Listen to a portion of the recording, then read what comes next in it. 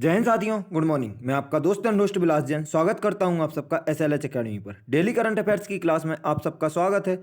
देवियों और सज्जनों, आप सबसे मेरा विनम्र अनुरोध है कि आप सब वीडियो को एंड तक देखें, पूरा मन लगा कर देखें। और आज की क्लास में हम करंट अफेयर्स के 11 क्वेश्चंस के साथ 4 राज्य, एक केंद्र शासित प्रदेश और एक देश के बारे में एग्जाम पॉइंट ऑफ व्यू के ऑल इंपॉर्टेंट फैक्ट्स कवर करेंगे। तो आप लोग प्लीज़ वीडियो को एंड तक पूरा मन लगा कर देखें। आपका ज़्यादा टाइम ना लेते हुए वीडियो स्टार्ट करते हैं आज की मोटिवेशनल लाइन्स के साथ। और आज की मोटिवेशनल लाइन्स हैं, संघर्ष इंसान को मजबूत बनाता है, संघर्ष इंसान को मजबूत बनाता है, फिर चाहे वह कितना भी कमज़ोर क्यों ना हो। देखते हैं दोस्तों आज का पहला प्रश्न। और आपसे कहना चाहूँगा कि अगर आप इस समय में संघर्ष कर लेंगे तो आपकी ज़िंदगी बहुत आसान होगी, इसलिए संघर्ष से ना डरें और प्लीज़ आप अपने आप को संघर्षशील बना के मजबूत बनाएं। देखते हैं आज का पहला प्रश्न। और आज का पहला प्रश्न है, किस राज्य की महिला वन अधिकारी सस्मिता लैंका को संयुक्त राष्ट्र की एशिया पर्यावरण परिवर्तन पुरस्कार से सम्मानित किया गया है? आपके ऑप्शंस हैं ए ओडिशा, बी बिहार, सी पंजाब और डी राजस्थान। तो दोस्तों आपको बता दें कि ओडिशा राज्य की महिला वन अधिकारी सस्मिता लैंका को संयुक्त राष्ट्र के एशिया पर्यावरण परिवर्तन पुरस्कार से सम्मानित किया गया है। तो दोस्तों आप यह इनका नाम याद रखें कि यह वन अधिकारी हैं। और कौन है? सस्मिता लैंका। सस्मिता लैंका पहली भारतीय महिला हैं जिन्हें यह पुरस्कार दिया गया। कटक के अथगढ़ में डिवीजनल वन अधिकारी लैंका को प्रदेश में पेंगोलिन तस्करी रैकेट का भंडाफोड़ करने हेतु जनरल लीडरशिप एंड इम्पैक्ट श्रेणी के तहत यह सम्मान प्रदान किया गया। उन्होंने अथगढ़ और खूनपुन्नी में पेंगोलिन की तस्करी के अंतर्राष्ट्रीय नेटवर्क का खुलासा करने में मदद की थी। देखते हैं दोस्तों उड़ीसा की तरफ नज़र डालेंगे तो सबसे पहले हम राज्य यहाँ देखेंगे कि यह दक्षिण पूर्व में स्थित उड़ीसा राज्य है। और इसकी अगर आपको हम बता दें तो उड़ीसा की राजधानी भुवनेश्वर है, जिसे टेम्पल सिटी ऑफ इंडिया कहा जाता है। उड़ीसा की स्थापना 26 जनवरी 1950 को हुई थी। यहाँ के मुख्यमंत्री नवीन पटनायक तथा राज्यपाल गणेशी लाल जी हैं। दोस्तों अगर उड़ीसा की सीमा देखें तो इसकी सीमा झारखंड, पश्चिम बंगाल, आंध्र प्रदेश, छत्तीसगढ़ और इसकी तटीय सीमा बंगाल की खाड़ी से लगती है। दोस्तों आपको उड़ीसा के बारे में और फैक्ट बता दें तो विश्व का सबसे लंबा मिट्टी का बांध उड़ीसा में स्थित है, हीराकुंड बांध, जो महानदी पर स्थित है। और भारत की सबसे बड़ी समुद्री झील चिल्का झील उड़ीसा में ही स्थित है। दोस्तों अगर उड़ीसा के नेशनल पार्क, राष्ट्रीय उद्यान देखें तो यहाँ पर सिमलीपाल राष्ट्रीय उद्यान, भीतरकनिका राष्ट्रीय उद्यान, सतकोशिया टाइगर रिजर्व, नंदनकानन प्राणी अभ्यारण्य, ऊषा कोठी वन्यजीव अभ्यारण्य, यहाँ के 5 मुख्य वन्यजीव अभ्यारण्य और नेशनल पार्क हैं, जिनमें से आप सिमलीपाल, भीतरकनिका और नंदनकानन को स्टार मार्क कर लें, बहुत महत्वपूर्ण है। अगर यहाँ की अन्य झीलें देखें चिल्का झील के अलावा तो अनसुप्पा झील तथा कंजिया झील यहाँ की और महत्वपूर्ण है। तथा दोस्तों यहाँ के हीराकुंड बांध के अलावा यहाँ पर रेंगाली बांध भी है, जो ब्राह्मणी नदी पर स्थित है। दोस्तों परियोजनाओं के बारे में बता दें आपको तो यहाँ पर तालचर सुपर थर्मल पावर परियोजना उड़ीसा राज्य में स्थित है। और यहाँ के अगर पर्यटक स्थल देखें तो यहाँ पर पुरी जगन्नाथ मंदिर तथा कोणार्क सूर्य मंदिर जो यहाँ के प्रमुख पर्यटक स्थल हैं। दोस्तों अगर स्टेडियम बताएं आपको उड़ीसा में तो 2 स्टेडियम है, बाराबाती स्टेडियम कटक तथा कलिंगा स्टेडियम भुवनेश्वर। तो कटक स्टेडियम है जो बाराबाती स्टेडियम या इंटरनेशनल क्रिकेट के लिए, तथा कलिंगा स्टेडियम हॉकी के लिए फेमस है। दोस्तों यहाँ के अगर प्रमुख त्यौहार देखें तो नोआखाई उत्सव और कोणार्क महोत्सव, जिसमें से नोआखाई उत्सव पर आप डबल स्टार लगा लें क्योंकि यह बहुत महत्वपूर्ण है और बहुत बार पूछा गया है। देखते हैं दोस्तों आज का अगला प्रश्न। और आज का अगला प्रश्न है, केंद्र सरकार ने आगामी वित्तीय वर्ष 2021-22 के लिए प्रधानमंत्री फसल बीमा योजना के लिए कितने करोड़ रुपए का आवंटन किया है? आपके ऑप्शंस हैं ए 12,000 करोड़, बी 16,000 करोड़ रुपए, सी 11,000 करोड़ रुपए और डी 10,000 करोड़ रुपए। तो दोस्तों आपको बता दें केंद्र सरकार ने आगामी वित्तीय वर्ष 2021-22 के लिए प्रधानमंत्री फसल बीमा योजना के लिए 16,000 करोड़ रुपए आवंटन किए हैं। यह आवंटन किसानों की फसलों को सुरक्षा और को बढ़ाने के लिए किया गया है। इस प्रोत्साहन राशि के द्वारा फसल बीमा का अधिकतम लाभ किसानों तक पहुँच सकेगा। वित्तीय वर्ष 2020-21 की तुलना में इस वर्ष बजटीय राशि में लगभग 305 करोड़ रुपए की वृद्धि हुई है। दोस्तों आपको बता दें प्रधानमंत्री फसल बीमा योजना की शुरुआत 13 जनवरी 2016 से हुई थी। तो इसकी शुरुआत डेट आप बहुत अच्छे से याद रखें कि 13 जनवरी 2016 से प्रधानमंत्री फसल बीमा योजना शुरू हुई थी। देखते हैं दोस्तों आज का अगला प्रश्न। और आज का अगला प्रश्न है, किस राज्य सरकार ने जमीन की धोखाधड़ी रोकने के लिए हर जमीन का 16 अंक का यूनिक आईडी नंबर जारी करने का फैसला किया है? आपके ऑप्शन हैं ए पंजाब, बी बिहार, सी झारखंड और डी उत्तर प्रदेश। तो दोस्तों आपको बता दें कि उत्तर प्रदेश राज्य सरकार ने जमीन की धोखाधड़ी रोकने के लिए हर जमीन को 16 अंक का यूनिक आईडी नंबर जारी करने का फैसला किया है। राजस्व विभाग कृषि, आवासीय व व्यावसायिक भूमि को चिन्हित कर यूनिक आईडी नंबर जारी कर रहा है। इससे कोई भी व्यक्ति घर बैठे एक क्लिक जमीन का पूरा ब्यौरा जान सकेगा। तो दोस्तों, एक क्लिक के द्वारा जमीन का पूरा ब्यौरा जान सकने के लिए यह 16 अंकी यूनिक आईडी नंबर जारी किया गया है। सभी राजस्व गांवों में भूखंड के लिए यूनिकोड का मूल्यांकन शुरू हो गया है। दोस्तों, नजर डालेंगे उत्तर प्रदेश की तरफ, तो जैसे हम देख सकते हैं उत्तर में स्थित है, उत्तरी भारत में। और यहाँ की अगर आपको बता दें दोस्तों, तो उत्तर प्रदेश की राजधानी लखनऊ है, जो गोमती नदी के तट पर स्थित है। यहाँ के मुख्यमंत्री योगी आदित्यनाथ तथा यहाँ की राज्यपाल आनंदीबेन पटेल जी हैं। और उत्तर प्रदेश की स्थापना 24 जनवरी 1950 को हुई थी। दोस्तों, उत्तर प्रदेश क्षेत्रफल की दृष्टि से भारत का चौथा तथा जनसंख्या की दृष्टि से भारत का सबसे बड़ा राज्य है। और इसकी अगर सीमा देखें दोस्तों, तो इसकी सीमा अंतर्राष्ट्रीय नेपाल से तथा राजकीय सीमा उत्तराखंड, बिहार, झारखंड, हरियाणा, राजस्थान, मध्य प्रदेश, छत्तीसगढ़, हिमाचल प्रदेश, 8 राज्यों तथा दिल्ली एक केंद्र शासित प्रदेश से लगती है। तो दोस्तों, इस हिसाब से यह सर्वाधिक राज्यों से सीमा साझा करने वाला राज्य है भारत का उत्तर प्रदेश। 8 राज्य और एक केंद्र शासित प्रदेश। दोस्तों, आपको बता दें भारत की सबसे बड़ी विधानसभा भी उत्तर प्रदेश विधानसभा है, जिसमें 403 सदस्य हैं। तथा यहाँ के अगर हम प्रमुख लोकगीत देखें दोस्तों, तो बिरहा, रशिया और आला यहाँ के प्रमुख लोकगीत हैं।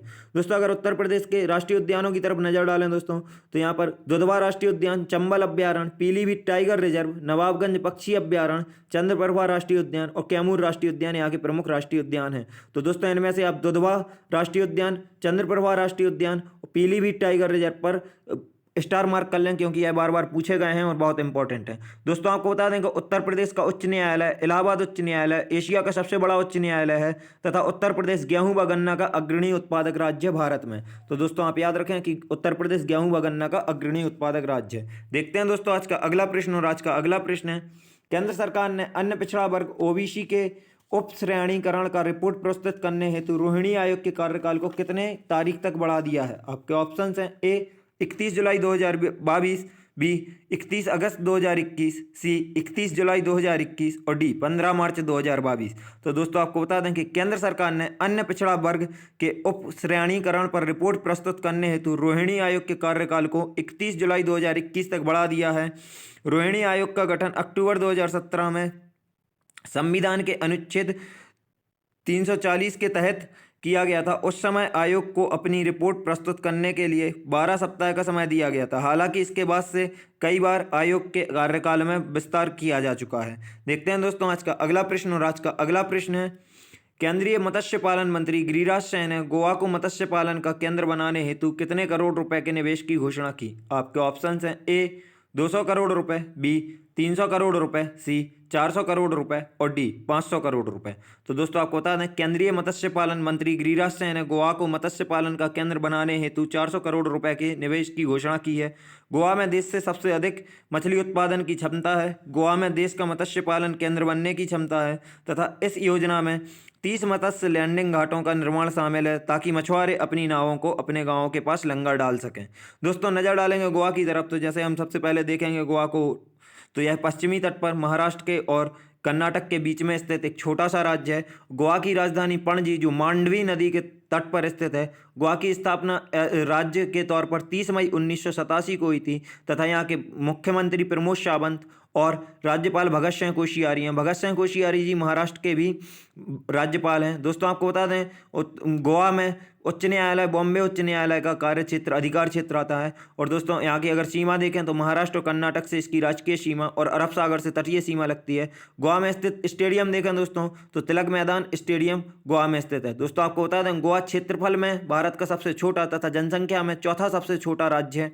दोस्तों, अगर गोवा के नेशनल पार्क देखें तो बोंडलो वन्यजीव अभ्यारण्य, मोल्लेम वन्यजीव अभ्यारण्य, डॉक्टर सलीम अली पक्षी अभ्यारण्य। तो दोस्तों, आप याद रखें डॉक्टर सलीम अली पक्षी अभ्यारण्य गोवा में तथा सलीम अली वन्य राष्ट्रीय उद्यान जम्मू कश्मीर में स्थित है। कोटी गांव वन्यजीव अभ्यारण्य और भगवान महावीर वन्यजीव अभ्यारण्य गोवा के मुख्य राष्ट्रीय पार्क और वन्यजीव अभ्यारण्य है। दोस्तों, अगर गोवा के लोक नृत्य देखें तो कुनवी लोक नृत्य, मांडी लोक नृत्य, झागोल लोक नृत्य, खोल लोक नृत्य और टकनी लोक नृत्य यहाँ के 5 मुख्य लोक नृत्य हैं, जिनमें से आप कुनबी और मांडी को स्टार मार्क कर लें, क्योंकि यह इंपॉर्टेंट है। दोस्तों, आपको बता दें कि गोवा में 51वें हाल ही में 51वें भारतीय अंतर्राष्ट्रीय फिल्म महोत्सव का आयोजन हुआ था तथा यहाँ यशस्विनी योजना की शुरुआत स्मृति ईरानी जी द्वारा की गई थी। दोस्तों, आपको बता दें कि मांडवी नदी के तट पर भारत का पहला फ्लोटिंग जेटी स्थापित है तथा साथ ही आपको बता दें कि कोविड-19 के लिए स्वमूल्यांकन उपकरण लॉन्च करने वाला गोवा देश का पहला राज्य था। आपको बता दें दोस्तों, मांडवी नदी के तट पर गोवा और कर्नाटक की सीमा पर दूधसागर जलप्रपात स्थित है, जिसकी ऊंचाई 310 मीटर है। तो आप याद रखें कि अगर यह पूछ लिया जाए दूधसागर किस नदी पर स्थित है जलप्रपात, तो वह मांडवी नदी पर, तथा कहाँ स्थित है तो गोवा और कर्नाटक की सीमा पर। देखते हैं दोस्तों आज का अगला प्रश्न, और आज का अगला प्रश्न है, हाल ही में कैप्टन हरी सिंह थापा का 89 साल की उम्र में निधन हो गया, वह किस खेल से संबंधित थे? आपके ऑप्शंस हैं ए टेनिस, बी हॉकी, सी कबड्डी और डी बॉक्सिंग। तो दोस्तों आपको बता दें कि कैप्टन हरी सिंह थापा जिनका 89 साल की उम्र में निधन हो गया, वह एक बॉक्सिंग से संबंधित थे। कैप्टन हरी सिंह थापा का जन्म 14 अगस्त 1932 में हुआ था। उन्होंने राष्ट्रीय स्तर पर 1950 से 1957 तक बॉक्सिंग मिडिल वेट में 7 वर्ष तक लगातार स्वर्ण पदक जीता। रक्षा पदक, संग्राम पदक और सेना मेडल सहित विभिन्न पुरस्कार जीतने वाले कैप्टन थापा को उत्तराखंड सरकार ने 2013 में द्रोणाचार्य अवार्ड दिया था। तो दोस्तों आप इनके याद रखें कि इन्होंने रक्षा पदक, संग्राम पदक और सेना मेडल भी जीता है तथा इन्हें द्रोणाचार्य अवार्ड भी दिया गया है। साथ ही इन्होंने 7 गोल्ड स्वर्ण पदक जीते हैं। देखते हैं दोस्तों आज का अगला प्रश्न, और आज का अगला प्रश्न है, हाल ही में किस राज्य सरकार ने social awareness and action to neutralize pneumonia successfully SAANS अभियान शुरू किया है? तो आपके ऑप्शन हैं A Madhya Pradesh, B Kerala, C Punjab और डी महाराष्ट्र। तो दोस्तों आपको बता दें कि हाल ही में मध्य प्रदेश राज्य सरकार ने social awareness and action to neutralize pneumonia successfully अभियान शुरू किया है। अभियान का मुख्य उद्देश्य शिशुओं में निमोनिया के कारण मृत्यु दर को कम करना है। सामाजिक जागरूकता अभियान के तहत एक रणनीति बनाई जा रही है जिसमें चिकित्सा कर्मचारियों को प्रशिक्षित किया जा रहा है। राज्य सरकार ने PGIMER चंडीगढ़ और यूनिसेफ के साथ साझेदारी में प्रशिक्षण मॉड्यूल भी विकसित किया है।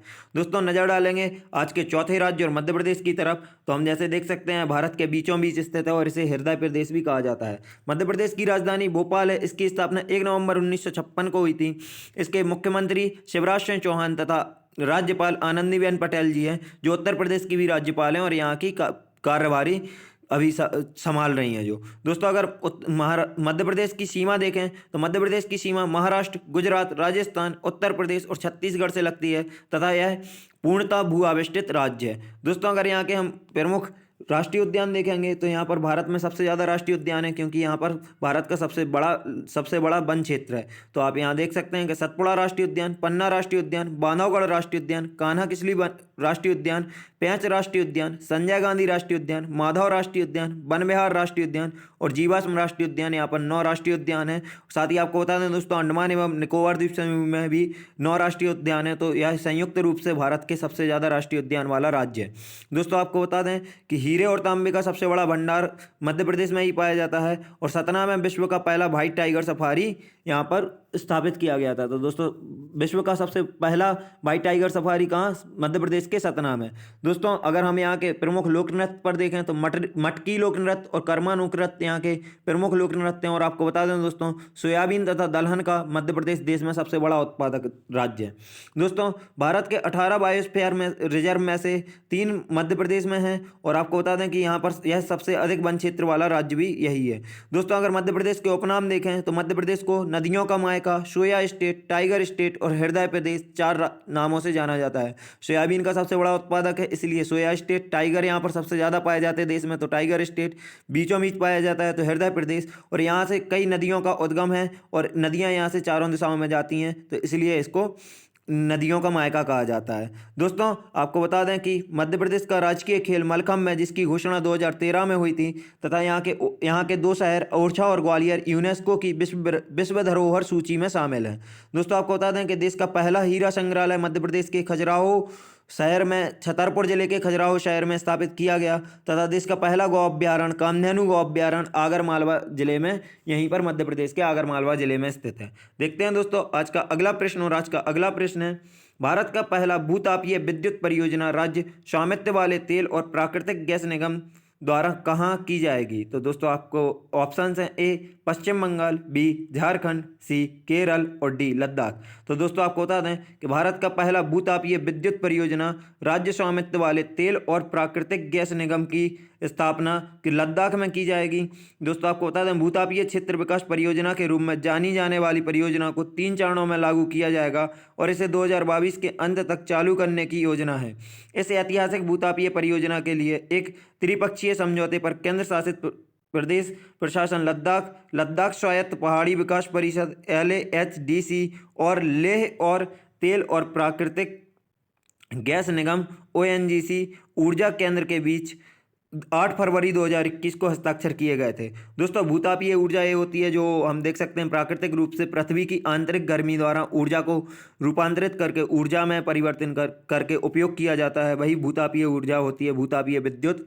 और यह बहुत ज़्यादा ग्रीन हाउस इफेक्ट से अच्छी चीज़ होती है और यह कम से कम ग्रीन हाउस इफेक्ट गैसों का उत्पादन करती है, तो यह बहुत अच्छे उत्पादन क्षमता है। आपको ONGC के बारे में बता दें दोस्तों, तो ONGC के वर्तमान अध्यक्ष तथा प्रबंध निदेशक शशि शंकर जी हैं तथा इसका मुख्यालय नई दिल्ली में स्थित है। नजर डालेंगे दोस्तों लद्दाख की तरफ, तो लद्दाख भारत का एक केंद्र शासित प्रदेश है जिसकी राजधानी लेह तथा यहाँ के उपराज्यपाल RK माथुर हैं। दोस्तों लद्दाख में उच्च न्यायालय जम्मू कश्मीर उच्च न्यायालय का अधिकार क्षेत्र आता है तथा लद्दाख को केंद्र शासित प्रदेश का दर्जा 31 अक्टूबर 2019 को दिया गया था। दोस्तों लद्दाख की सीमा देखें तो इसकी सीमा हिमाचल प्रदेश और जम्मू कश्मीर से इसकी सीमा लगती है राष्ट्रीय, तथा इसकी अंतर्राष्ट्रीय सीमा चीन, अफगानिस्तान जो यहाँ पर पाक अधिकृत कश्मीर का हिस्सा ऊपर आता है वहाँ अफगानिस्तान से भी इसकी सीमा लगती है और पाकिस्तान से भी लगती है, जिसको भारत अपना हिस्सा बताता है गिलगिलिस्तान को, और पाकिस्तान उस पर कब्जा किए हुए है। इसका आक्साई चीन का भी ऐसे ही हाल है जो जिस पर चीन हिस्सा किए हुए है और भारत अपना हिस्सा मानता है इसे। दोस्तों आपको बता दें कि लेह में देश का सबसे अधिक ऊंचाई पर बना मौसम केंद्र है, तो आप यह याद रखें कि देश में सबसे अधिक ऊंचाई पर बना मौसम केंद्र कहाँ है, लद्दाख के लेह में। दोस्तों आपको बता दें कि यहाँ का दौलत बेग ओल्डी जो दुनिया का सबसे ऊंचा एयरबेस है, तो इसका नाम याद रखें आप कि दुनिया के सबसे ऊंचे एयरबेस का नाम क्या है, दौलत बेग ओल्डी।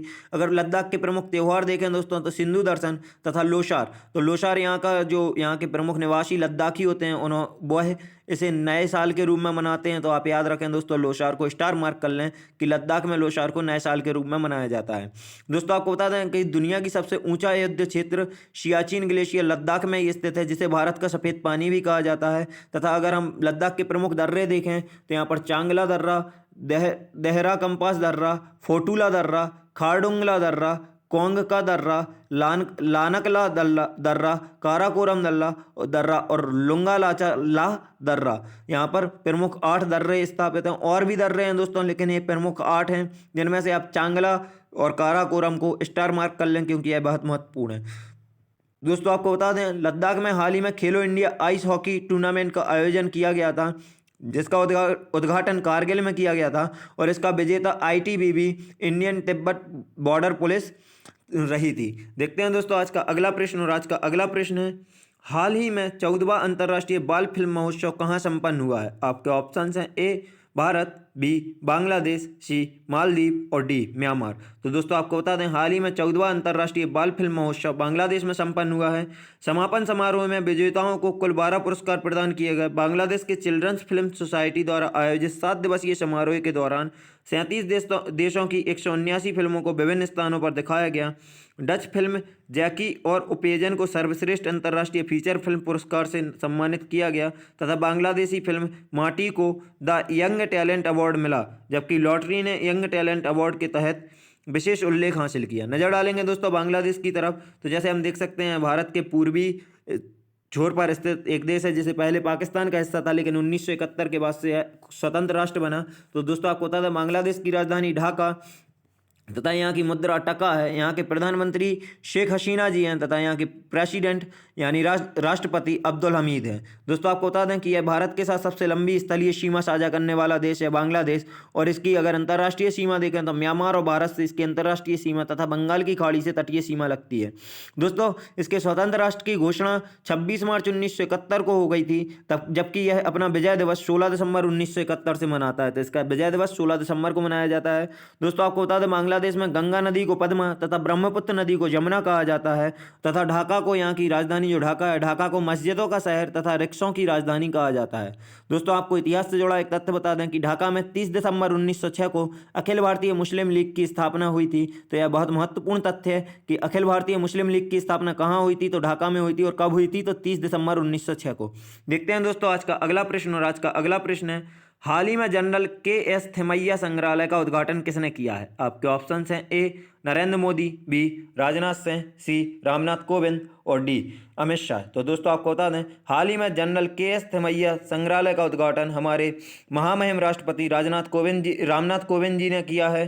दोस्तों राष्ट्रपति रामनाथ कोविंद ने कर्नाटक में पूर्व सेना प्रमुख जनरल कोडंडेरा सुब्बैया थिमैया के जीवन को समर्पित एक संग्रहालय का उद्घाटन किया है। जनरल थिमैया ने 1957 से 1961 तक सेनाध्यक्ष के रूप में कार्य किया। कर्नाटक के कोडागु जिले के मेडिकेरी में जनरल थिमैया के पैतृक घर को सनी साइड कहा जाता है और इसे एक संग्रहालय में बदल दिया गया है। देखते हैं दोस्तों आज का आखिरी प्रश्न, और आज का आखिरी प्रश्न है, हाल ही में रक्षा मंत्रालय ने ship born modern radio system के लिए किसके साथ समझौता किया? आपके ऑप्शंस हैं ए HEL, बी BEL, सी IEL और डी BLE। तो दोस्तों आपको बता दें, हाल ही में रक्षा मंत्रालय ने शिपबॉर्न मॉडर्न रेडियो सिस्टम के लिए BEL के साथ समझौता किया है। रक्षा मंत्रालय और भारत इलेक्ट्रॉनिक्स लिमिटेड, मतलब BEL को full form Bharat electronics limited ने 1000 करोड़ रुपए से अधिक के software defined radio tactical shipborne system की खरीद के लिए एक अनुबंध पर हस्ताक्षर किए हैं। SDRTAC software defined radio tactical की खरीद सशस्त्र बलों के लिए रणनीतिक गहराई लाएगी। SDRTAC एक 4 channel multi mode multi band 19 inch rack mountable shipborne software defined radio system जो जहाज से जहाज, जहाज से किनारे और जहाज से हवा नेटवर्क केंद्रित संचालन के लिए ध्वनि और डेटा संचार की सेवा के लिए है। दोस्तों आपको बता दें BEL के बारे में मतलब भारत इलेक्ट्रॉनिकल्स लिमिटेड के बारे में, तो इसके वर्तमान अध्यक्ष और प्रबंध निदेशक MB गौतम है तथा इसका मुख्यालय बेंगलुरु में है। और आपको बता दें BEL की स्थापना 1954 में हुई थी। दोस्तों आज हमारी वीडियो यहीं समाप्त होती है। वीडियो को अंत तक देखने के लिए आप सबका धन्यवाद। अगर आपको वीडियो पसंद आई हो तो प्लीज़ वीडियो को लाइक करें, शेयर करें और चैनल को सब्सक्राइब करना बिल्कुल भी ना भूलें, क्योंकि दोस्तों आप जानते हैं मैं बीच में ना पहले आपसे कभी लाइक शेयर के लिए नहीं बोलता हूं। मुझे पता है अगर आपको अंत में वीडियो पसंद आएगी तो आप अपने आप से लाइक कर देंगे और अपने दोस्तों को शेयर कर देंगे। वीडियो को अंत तक देखने के लिए एक बार फिर से धन्यवाद। अगर आप हमारी टीम से इंस्टाग्राम, फेसबुक या टेलीग्राम पर जुड़ना चाहते हैं तो आप डिस्क्रिप्शन बॉक्स से लिंक द्वारा हमारी टीम से जुड़ सकते हैं तथा इस क्लास की PDF पाने के लिए आप हमारे टेलीग्राम ग्रुप SLH अकेडमी को ज्वाइन कर सकते हैं। वीडियो को अंत तक देखने के लिए एक बार फिर से धन्यवाद। जय हिंद, जय भारत, आपका दिन मंगलमय हो।